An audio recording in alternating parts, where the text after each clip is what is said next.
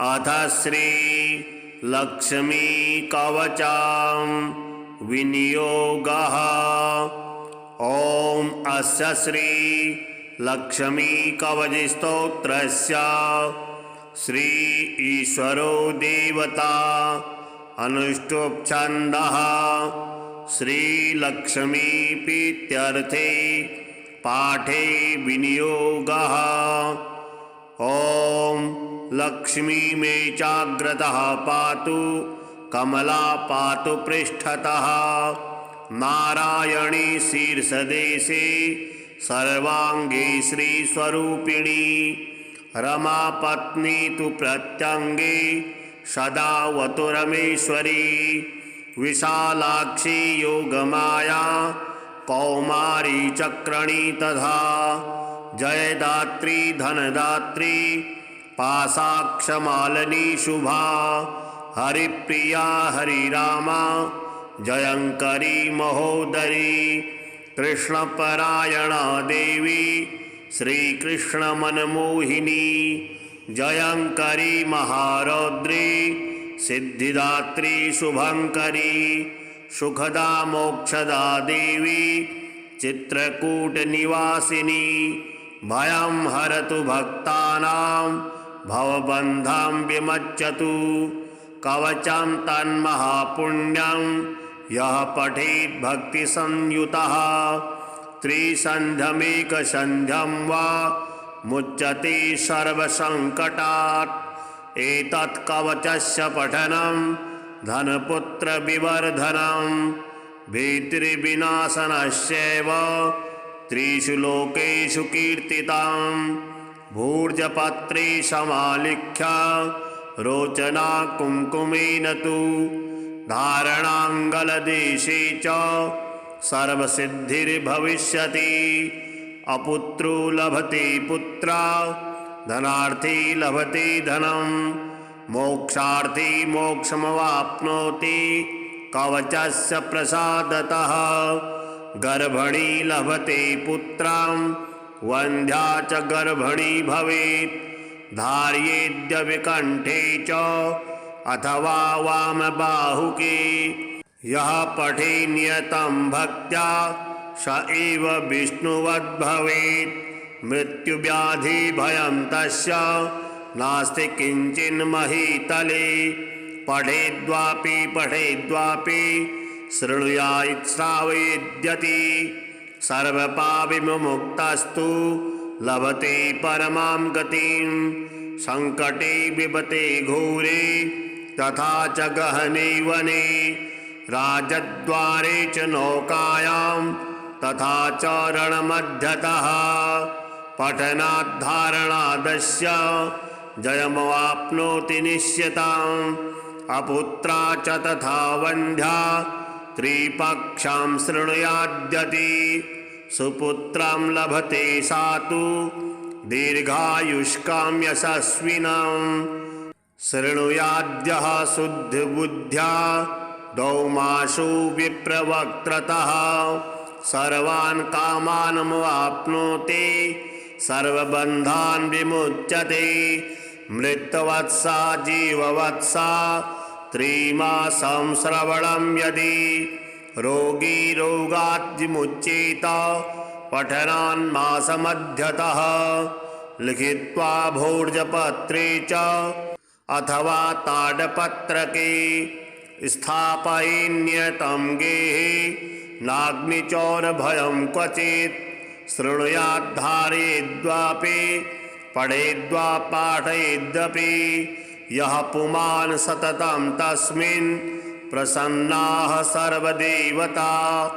बहुना किमिहोक्तेन सर्वजीवेश्वरेश्वरी आद्या शक्तिर्महालक्ष्मीर्भक्तानुग्रहकारिणी धारके पाठके चैव निश्चला निवसेत् ध्रुवम्। ॐ लक्ष्मी मे चाग्रतः पातु कमला पातु पृष्ठतः नारायणी शीर्षदेशे सर्वांगे श्रीस्वरूपिणी रमापत्नी तु प्रत्यंगे सदा वतुरमेश्वरी विशालाक्षी योगमाया कौमारी चक्रणी तथा जयदात्री धनदात्री पाशाक्षमालिनी शुभा हरिप्रिया हरिरामा जयंकरी महोदरी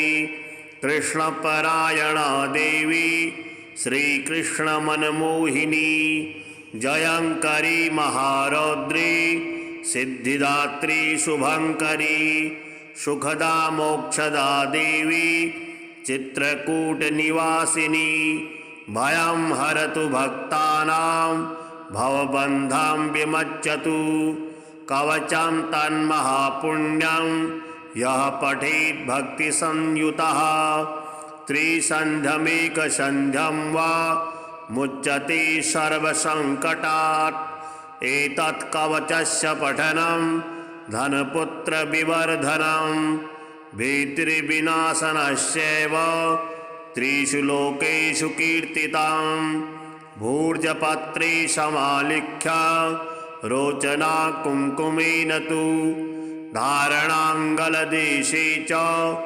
सर्वसिद्धिर्भविष्यति अपुत्रो लभते पुत्रा धनार्थी लभते धनं मोक्षार्थी मोक्षमवाप्नोति कवचस्य प्रसादतः गर्भणी लभते पुत्रां वन्ध्या च गर्भणी भवेत् धार्येद्य विकण्ठे च अथवा वामबाहुके यः पठे नियतं भक्त्या स एव विष्णुवद्भवेत् मृत्युव्याधिभयं तस्य नास्ति किञ्चिन्महीतले पठेद्वापि शृणुयात् श्रावयेद्यति सर्वपापविमुक्तस्तु लभते परमां गतिं संकटे विपते घोरे तथा च गहने वने राजद्वारे च नौकायां तथा च रणमध्यतः पठनाद्धारणादस्य जयमवाप्नोति निश्चिताम् अपुत्रा च तथा वन्ध्या त्रिपक्षां शृणुयाद्यति सुपुत्रं लभते सा तु दीर्घायुष्कां यशस्विनं शृणुयाद्यः शुद्धबुद्ध्या दौमासु विप्रवक्त्रतः सर्वान् कामानमवाप्नोति सर्वबन्धान् विमुच्यते मृतवत्सा जीववत्सा त्रिमासं श्रवणं यदि रोगी रोगात् विमुच्येत पठनान्मासमध्यतः लिखित्वा भोर्जपत्रे च अथवा ताडपत्रके स्थापयेन्नियतं गेहे नाग्निचौरभयं क्वचित् शृणुयाद्धारयेद्वापि पठेद्वा पाठयेद्यपि यः पुमान् सततं तस्मिन् प्रसन्नाः सर्वदेवता बहुना किमिहोक्तेन सर्वजीवेश्वरेश्वरी आद्या शक्तिर्महालक्ष्मीर्भक्तानुग्रहकारिणी धारके पाठके चैव निश्चला निवसे ध्रुवम् ॐ लक्ष्मी मे चाग्रतः पातु कमला पातु पृष्ठतः नारायणी शीर्षदेशे सर्वांगे श्रीस्वरूपिणी रमा पत्नी तु प्रत्यंगे सदा वतुरमेश्वरी विशालाक्षी योगमाया कौमारी चक्रणी तथा जयदात्री धनदात्री पाशाक्षमालिनी शुभा हरिप्रिया हरिरामा जयंकरी महोदरी कृष्णपरायणा देवी श्रीकृष्णमनमोहिनी जयंकरी महारौद्री सिद्धिदात्री शुभंकरी सुखदा मोक्षदा देवी चित्रकूटनिवासिनी भयं हरतु भक्तानां भवबन्धं विमच्यतु कवचं तन्महापुण्यं यः पठेत् भक्तिसंयुतः त्रिसन्ध्यमेकसन्ध्यं वा मुच्यते सर्वसङ्कटात्। एतत् कवचस्य पठनं धनपुत्रविवर्धनं भीतिर्विनाशनस्यैव त्रिषु लोकेषु कीर्तितं। भूर्जपत्रे समालिख्य रोचना कुङ्कुमेन तु धारणाङ्गलदेशे च सर्वसिद्धिर्भविष्यति। अपुत्रो लभते पुत्रा धनार्थी लभते धनं मोक्षार्थी मोक्षमवाप्नोति कवचस्य प्रसादतः। गर्भणी लभते पुत्रां वन्ध्या च गर्भणी भवेत् धार्येद्य विकण्ठे च अथवा वामबाहुके। यः पठे नियतं भक्त्या स एव विष्णुवद्भवेत् मृत्युव्याधिभयं तस्य नास्ति किञ्चिन्महीतले।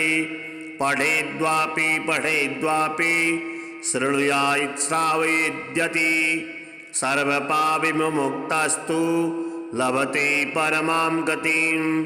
संकटे विपते घोरे तथा च गहने वने राजद्वारे च नौकायां तथा च रणमध्यतः पठनाद्धारणादस्य जयमवाप्नोति निश्चितम्। अपुत्रा च तथा वन्ध्या त्रिपक्षां शृणुयाद्यति सुपुत्रं लभते सा तु दीर्घायुष्कां यशस्विनं। शृणुयाद्यः शुद्धबुद्ध्या दौमासु विप्रवक्त्रतः सर्वान् कामानमवाप्नोति सर्वबन्धान् विमुच्यते। मृतवत्सा जीववत्सा त्रिमासं श्रवणं यदि रोगी रोगात् विमुच्येत पठनान्मासमध्यतः।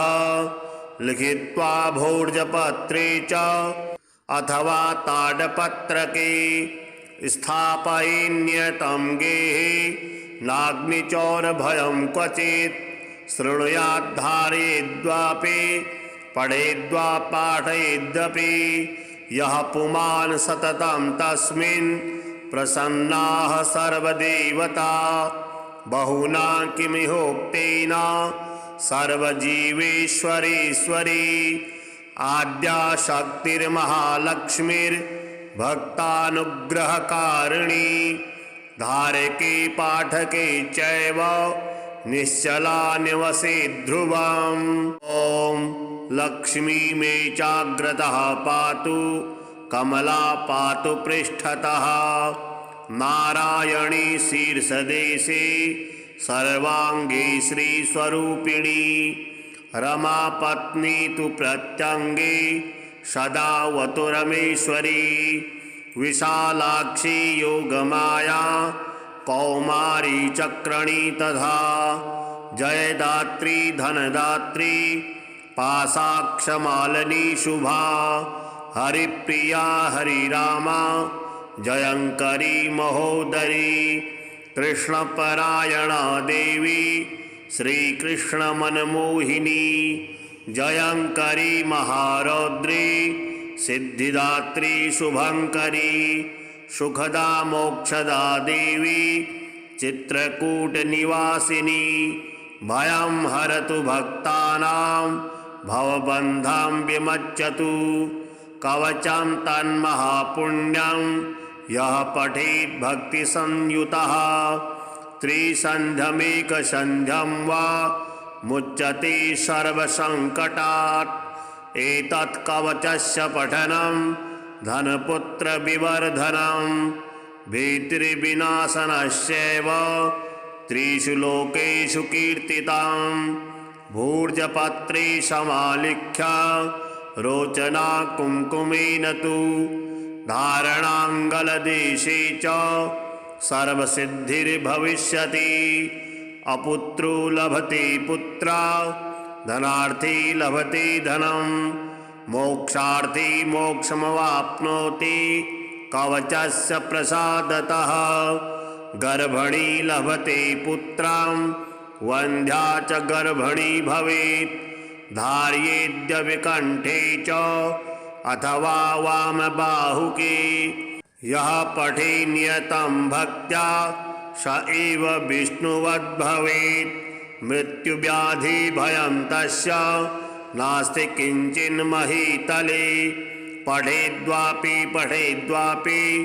शृणुयात् श्रावयेद्यति सर्वपापविमुक्तस्तु लभते परमां गतिं संकटे विपते घोरे तथा च गहने वने राजद्वारे च नौकायां तथा च रणमध्यतः पठनाद्धारणादस्य जयमवाप्नोति निश्चिताम् अपुत्रा च तथा वन्ध्या त्रिपक्षां शृणुयाद्यति सुपुत्रं लभते सा तु दीर्घायुष्कां यशस्विनां शृणुयाद्यः शुद्धबुद्ध्या दौमासु विप्रवक्त्रतः सर्वान् कामानमवाप्नोति सर्वबन्धान् विमुच्यते मृतवत्सा जीववत्सा त्रिमासं श्रवणं यदि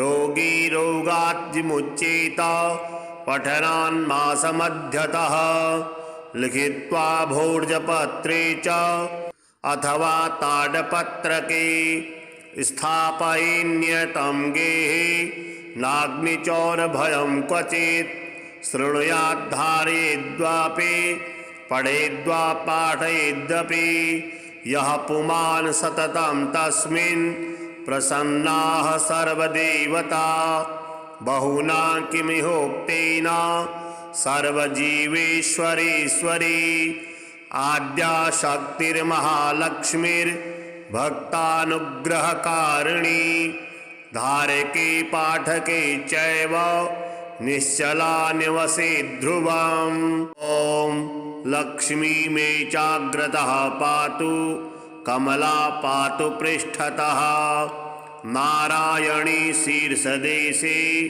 सर्वाङ्गे श्रीस्वरूपिणी रमा पत्नी तु प्रत्यङ्गे सदा वतुरमेश्वरी विशालाक्षी योगमाया कौमारी चक्रणी तथा जयदात्री धनदात्री पाशाक्षमालिनी शुभा हरिप्रिया हरिरामा जयंकरी महोदरी कृष्णपरायणा देवी श्रीकृष्णमनमोहिनी जयंकरी महारौद्री सिद्धिदात्री शुभंकरी सुखदा मोक्षदा देवी चित्रकूटनिवासिनी भयं हरतु भक्तानां भवबन्धं विमच्यतु कवचं तन्महापुण्यं यः पठेत् भक्तिसंयुतः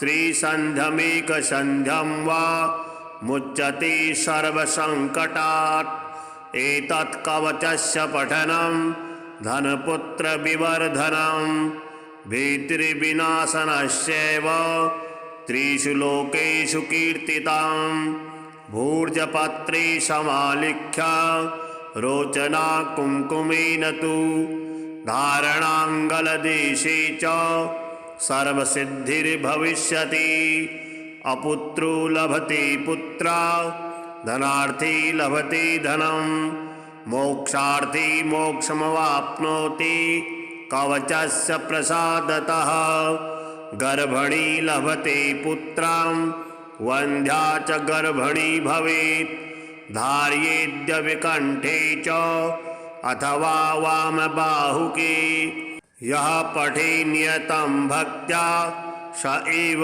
विष्णुवद्भवेत् मृत्युव्याधिभयं तस्य नास्ति किञ्चिन्महीतले पठेद्वापि शृणुयात् श्रावयेद्यति सर्वपापविमुक्तस्तु लभते परमां गतिं संकटे विपते घोरे तथा च गहने वने राजद्वारे च नौकायां तथा च रणमध्यतः पठनाद्धारणादस्य जयमवाप्नोति निश्यताम् अपुत्रा च तथा वन्ध्या त्रिपक्षां शृणुयाद्यति सुपुत्रं लभते सा तु दीर्घायुष्कां यशस्विनाम् शृणुयाद्यः शुद्धबुद्ध्या दौमासु विप्रवक्त्रतः सर्वान् कामानमवाप्नोति सर्वबन्धान् विमुच्यते मृतवत्सा जीववत्सा त्रिमासं श्रवणं यदि रोगी रोगात् विमुच्येत पठनान्मासमध्यतः लिखित्वा भोजपत्रे च अथवा ताडपत्रके स्थापयेन्यतं गेहे नाग्निचौरभयं क्वचित् शृणुयाद्धारयेद्वापि पठेद्वा पाठयेदपि यः पुमान् सततं तस्मिन् प्रसन्नाः सर्वदेवता बहुना किमिहोक्तेन सर्वजीवेश्वरेश्वरी आद्या शक्तिर्महालक्ष्मीर्भक्तानुग्रहकारिणी धारके पाठके चैव निश्चला निवसे ध्रुवम् ॐ लक्ष्मी मे चाग्रतः पातु कमला पातु पृष्ठतः नारायणी शीर्षदेशे सर्वाङ्गे श्रीस्वरूपिणी रमा पत्नी तु प्रत्यङ्गे सदा वतुरमेश्वरी विशालाक्षी योगमाया कौमारी चक्रणी तथा जयदात्री धनदात्री पाशाक्षमालिनी शुभा हरिप्रिया हरिरामा जयंकरी महोदरी कृष्णपरायणा देवी श्रीकृष्णमनमोहिनी जयंकरी महारौद्री सिद्धिदात्री शुभंकरी सुखदा मोक्षदा देवी चित्रकूटनिवासिनी भयं हरतु भक्तानां भवबन्धं विमच्यतु कवचं तन्महापुण्यं यः पठेत् भक्तिसंयुतः त्रिसन्ध्यमेकसन्ध्यं वा मुच्यते सर्वसङ्कटात् एतत् कवचस्य पठनं धनपुत्रविवर्धनं भीतिर्विनाशनस्यैव त्रिषु लोकेषु कीर्तितं भूर्जपत्रे समालिख्य रोचना कुङ्कुमेन तु धारणाङ्गलदेशे च सर्वसिद्धिर्भविष्यति अपुत्रो लभते पुत्रा धनार्थी लभते धनं मोक्षार्थी मोक्षमवाप्नोति कवचस्य प्रसादतः गर्भणी लभते पुत्रां वन्ध्या च गर्भणी भवेत्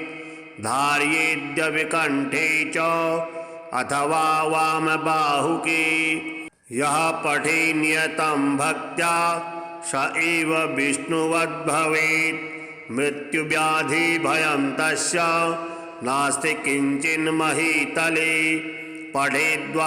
पठेद्वापि शृणुयात् श्रावयेद्यति सर्वपापविमुक्तस्तु लभते परमां गतिं संकटे विपते घोरे तथा च गहने वने राजद्वारे च नौकायां तथा च रणमध्यतः पठनाद्धारणादस्य जयमवाप्नोति निश्यताम् अपुत्रा च तथा वन्ध्या त्रिपक्षां शृणुयाद्यति सुपुत्रं लभते सा तु दीर्घायुष्कां यशस्विनाम् शृणुयाद्यः शुद्धबुद्ध्या दौमासु विप्रवक्त्रतः सर्वान् कामानमवाप्नोति सर्वबन्धान् विमुच्यते मृतवत्सा जीववत्सा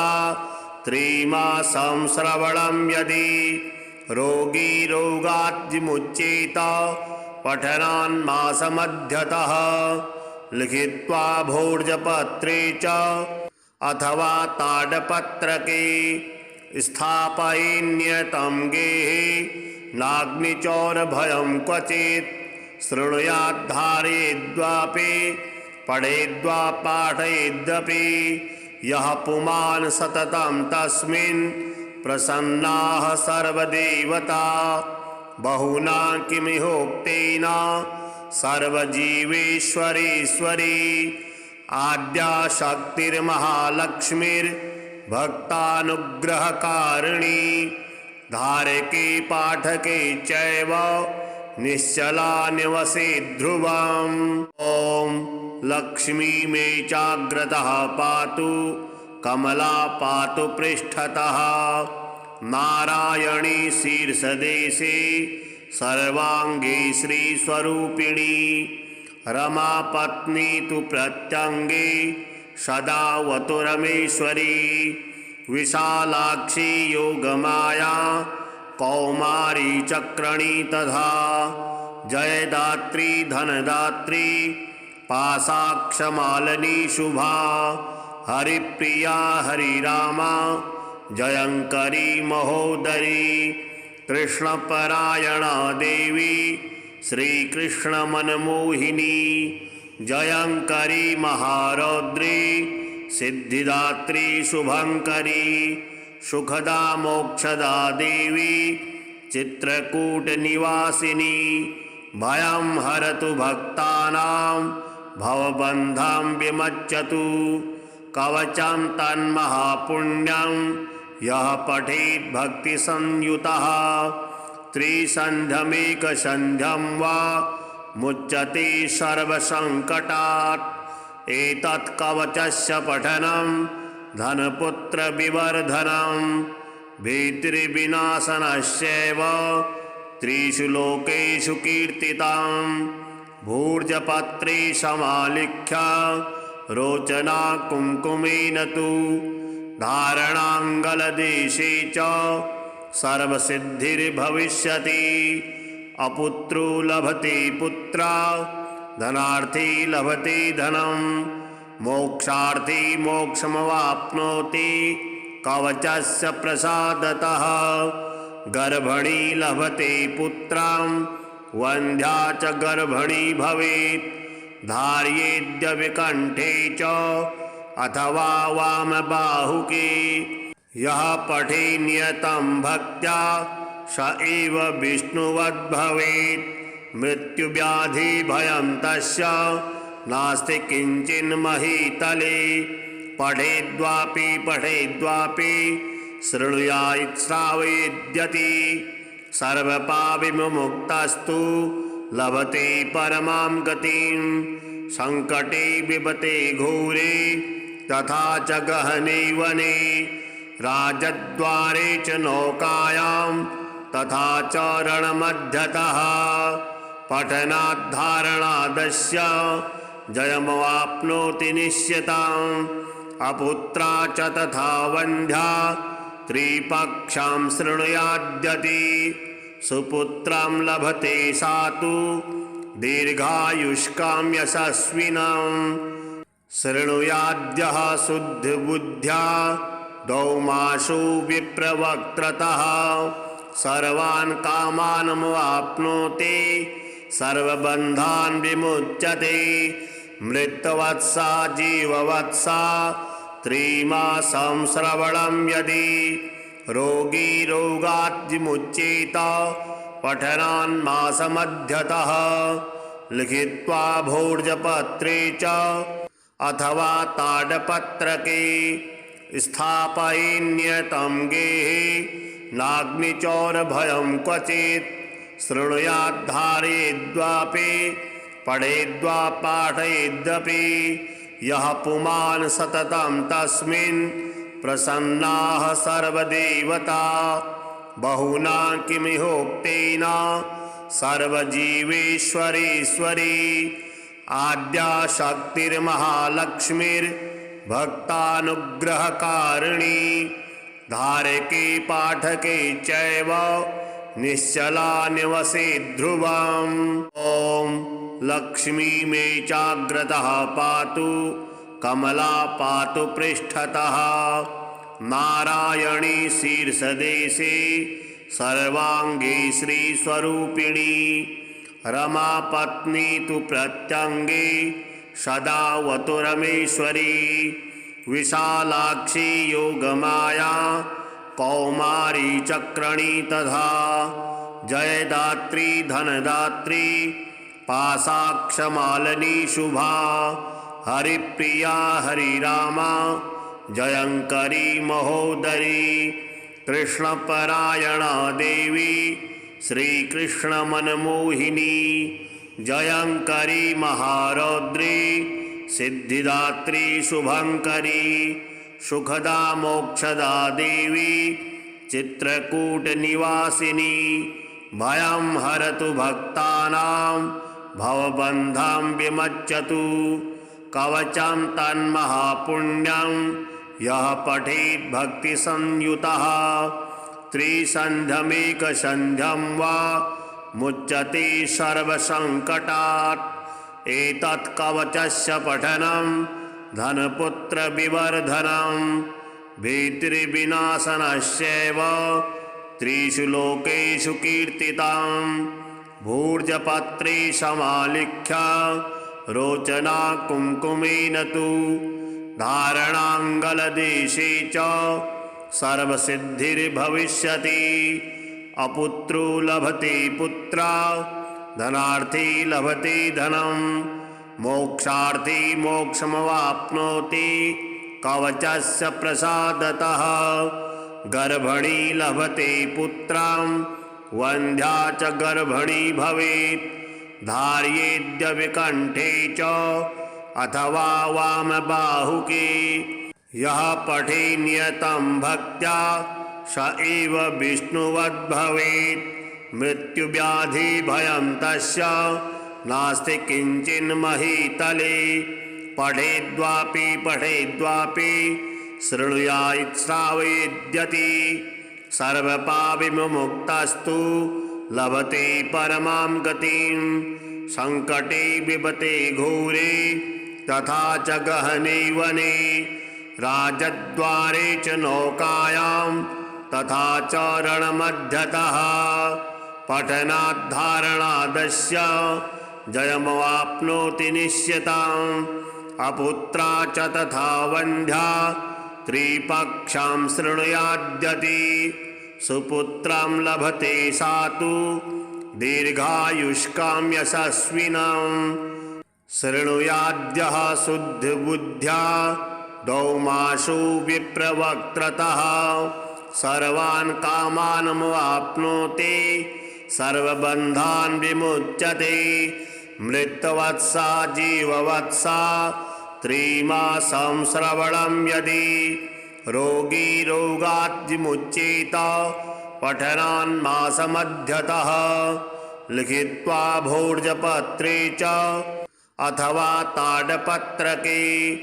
स्थापयेन्नियतं गेहे नाग्निचौरभयं क्वचित्। शृणुयाद्धारयेद्वापि पठेद्वा पाठयेद्यपि। यः पुमान् सततं तस्मिन् प्रसन्नाः सर्वदेवता। बहुना किमिहोक्तेन सर्वजीवेश्वरेश्वरी। आद्या शक्तिर्महालक्ष्मीर्भक्तानुग्रहकारिणी। धारके पाठके चैव निश्चला निवसे ध्रुवम्। ॐ लक्ष्मी मे चाग्रतः पातु कमला पातु पृष्ठतः। नारायणी शीर्षदेशे सर्वांगे श्रीस्वरूपिणी। रमा पत्नी तु प्रत्यंगे सदा वतुरमेश्वरी। विशालाक्षी योगमाया कौमारी चक्रणी तथा। जयदात्री धनदात्री पाशाक्षमालिनी शुभा। हरिप्रिया हरिरामा जयंकरी महोदरी।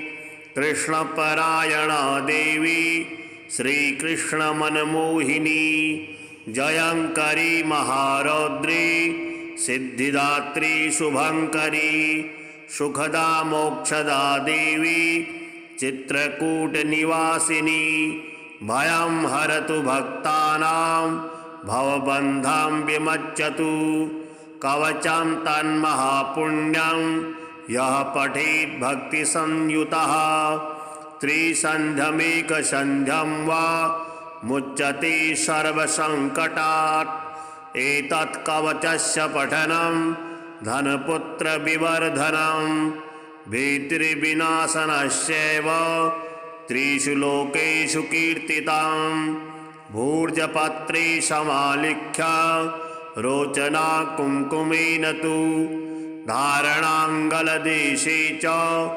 सर्वसिद्धिर्भविष्यति अपुत्रो लभते पुत्रा धनार्थी लभते धनं मोक्षार्थी मोक्षमवाप्नोति कवचस्य प्रसादतः गर्भणी लभते पुत्रां वन्ध्या च गर्भणी भवेत् धार्येद्य विकण्ठे च अथवा वामबाहुके यः पठे नियतं भक्त्या स एव विष्णुवद्भवेत् मृत्युव्याधिभयं तस्य नास्ति किञ्चिन्महीतले पठेद्वापि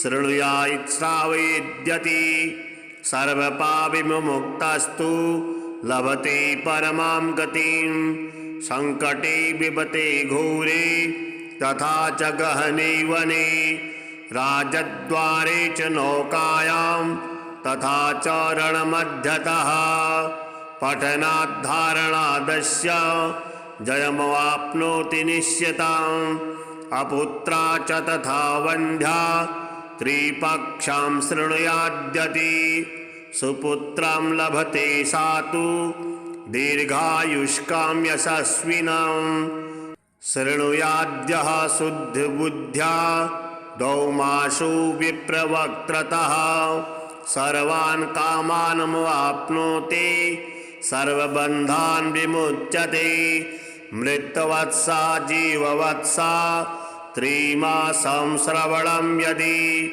रोगी रोगात् विमुच्येत पठनान्मासमध्यतः लिखित्वा भोर्जपत्रे च अथवा ताडपत्रके स्थापयेन्नियतं गेहे नाग्निचौरभयं क्वचित् शृणुयाद्धारयेद्वापि पठेद्वा पाठयेद्यपि यः पुमान् सततं तस्मिन् प्रसन्नाः सर्वदेवता बहुना किमिहोक्तेन सर्वजीवेश्वरेश्वरी आद्या शक्तिर्महालक्ष्मीर्भक्तानुग्रहकारिणी धारके पाठके चैव निश्चला निवसे ध्रुवम् ॐ लक्ष्मी मे चाग्रतः पातु कमला पातु पृष्ठतः नारायणी शीर्षदेशे सर्वाङ्गे श्रीस्वरूपिणी रमा पत्नी तु प्रत्यङ्गे सदा वतुरमेश्वरी विशालाक्षी योगमाया कौमारी चक्रणी तथा जयदात्री धनदात्री पाशाक्षमालिनी शुभा हरिप्रिया हरिरामा जयंकरी महोदरी कृष्णपरायणा देवी श्रीकृष्णमनमोहिनी जयंकरी महारौद्री सिद्धिदात्री शुभंकरी सुखदा मोक्षदा देवी चित्रकूटनिवासिनी भयं हरतु भक्तानां भवबन्धं विमज्जतु कवचं तन्महापुण्यं यः पठेत् भक्तिसंयुतः त्रिसन्ध्यमेकसन्ध्यं वा मुच्यते सर्वसङ्कटात् एतत् कवचस्य पठनं धनपुत्रविवर्धनं भीतिर्विनाशनस्यैव त्रिषु लोकेषु कीर्तितं भूर्जपत्रे समालिख्य रोचना कुङ्कुमेन तु धारणाङ्गलदेशे च सर्वसिद्धिर्भविष्यति। अपुत्रो लभते पुत्रा धनार्थी लभते धनं मोक्षार्थी मोक्षमवाप्नोति कवचस्य प्रसादतः। गर्भणी लभते पुत्रां वन्ध्या च गर्भणी भवेत् धार्येद्य विकण्ठे च अथवा वामबाहुके। यः पठे नियतं भक्त्या स एव विष्णुवद् भवेत् मृत्युव्याधिभयं तस्य नास्ति किञ्चिन्महीतले। पठेद्वापि पठेद्वापि शृणुयात् श्रावयेद्यति सर्वपापविमुक्तस्तु लभते परमां गतिं। संकटे विपते घोरे तथा च गहने वने राजद्वारे च नौकायां तथा च रणमध्यतः पठनाद्धारणादस्य जयमवाप्नोति निश्चितम्। अपुत्रा च तथा वन्ध्या त्रिपक्षां शृणुयाद्यति सुपुत्रं लभते सा तु दीर्घायुष्कां यशस्विनम्। शृणुयाद्यः शुद्धबुद्ध्या दौमासु विप्रवक्त्रतः सर्वान् कामानमवाप्नोति सर्वबन्धान् विमुच्यते। मृतवत्सा जीववत्सा त्रिमासं श्रवणं यदि रोगी रोगात् विमुच्येत पठनान्मासमध्यतः। लिखित्वा भोर्जपत्रे च अथवा ताडपत्रके स्थापयेन्नियतं गेहे नाग्निचौरभयं क्वचित्। शृणुयाद्धारयेद्वापि पठेद्वा पाठयेद्यपि यः पुमान् सततं तस्मिन् प्रसन्नाः सर्वदेवता।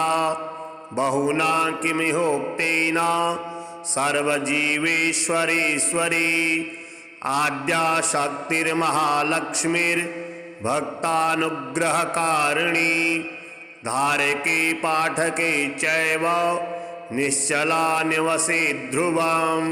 ॐ लक्ष्मी मे चाग्रतः पातु कमला पातु पृष्ठतः नारायणी शीर्षदेशे सर्वाङ्गे श्रीस्वरूपिणी रमापत्नी तु प्रत्यङ्गे सदा वतु रमेश्वरी विशालाक्षी योगमाया कौमारी चक्रणी तथा जयदात्री धनदात्री पाशाक्षमालिनी शुभा हरिप्रिया हरिरामा जयंकरी महोदरी कृष्णपरायणा देवी श्रीकृष्णमनमोहिनी जयंकरी महारौद्री सिद्धिदात्री शुभंकरी सुखदा मोक्षदा देवी चित्रकूटनिवासिनी भयं हरतु भक्तानां